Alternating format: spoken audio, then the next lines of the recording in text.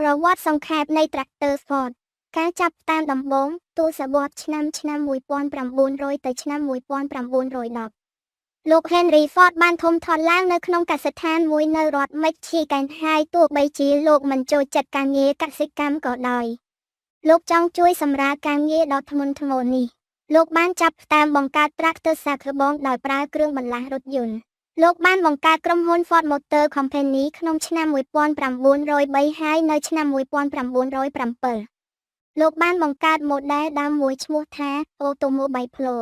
ជាការគួរឲ្យចាប់អារម្មណ៍មានក្រុមមួយផ្សេងទៀតបានព្យាយាមកេងចំណេញពីឈ្មោះ Ford ដោយបង្កើតក្រុមហ៊ុន The Ford Tractor Company ដោយគ្មានការចូលរួមពីលោក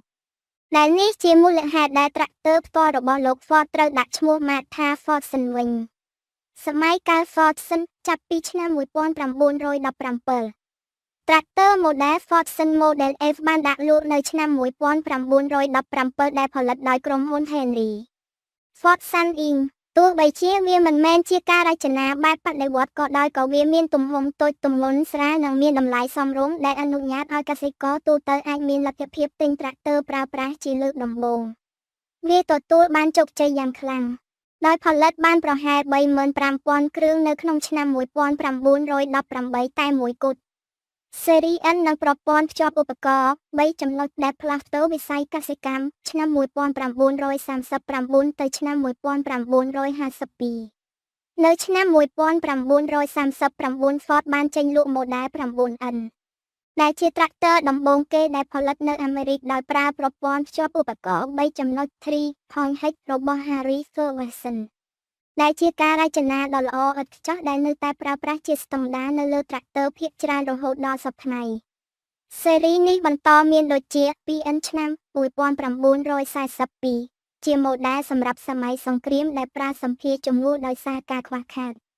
8N ឆ្នាំ1947ជាត្រាក់ទ័រមួយក្នុងចំណោមត្រាក់ទ័រដែលពេញនិយមបំផុតដែលមិនធ្លាប់មានដោយមានប្រអប់លេខ4ល្បឿន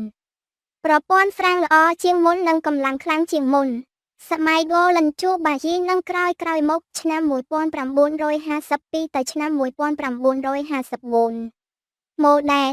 NAA ដែលត្រូវបានគេស្គាល់ថា Golden Jubilee បានជំនួសស៊េរី N នៅឆ្នាំ1953ជាមួយនឹងការរចនាថ្មីទាំងស្រុងដែលនាំទៅដល់ត្រាក់ទ័រស៊េរីលេខរបស់ Ford ដូចជា600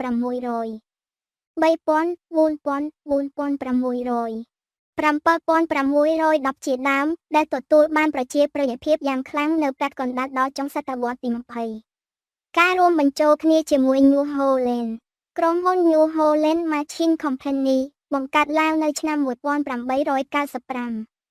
បានផ្លាស់ប្តូរម្ចាស់កម្មសិទ្ធិជាច្រើនដងក្នុងរយៈពេលប៉ុន្មានទសវត្សរ៍ក្រោយមកត្រូវបានទិញដោយ Sperry បន្ទាប់មកត្រូវបានទិញដោយ Ford ក្នុងឆ្នាំ1986ហើយលក់បន្តទៅឲ្យក្រុមហ៊ុន Fiat ក្នុងឆ្នាំ1991ជាមូលហេតុដែលឈ្មោះ Ford ទីបំផុតបានរួមបញ្ចូលទៅក្នុងម៉ាកយីហោ New Holland សព្វថ្ងៃនេះ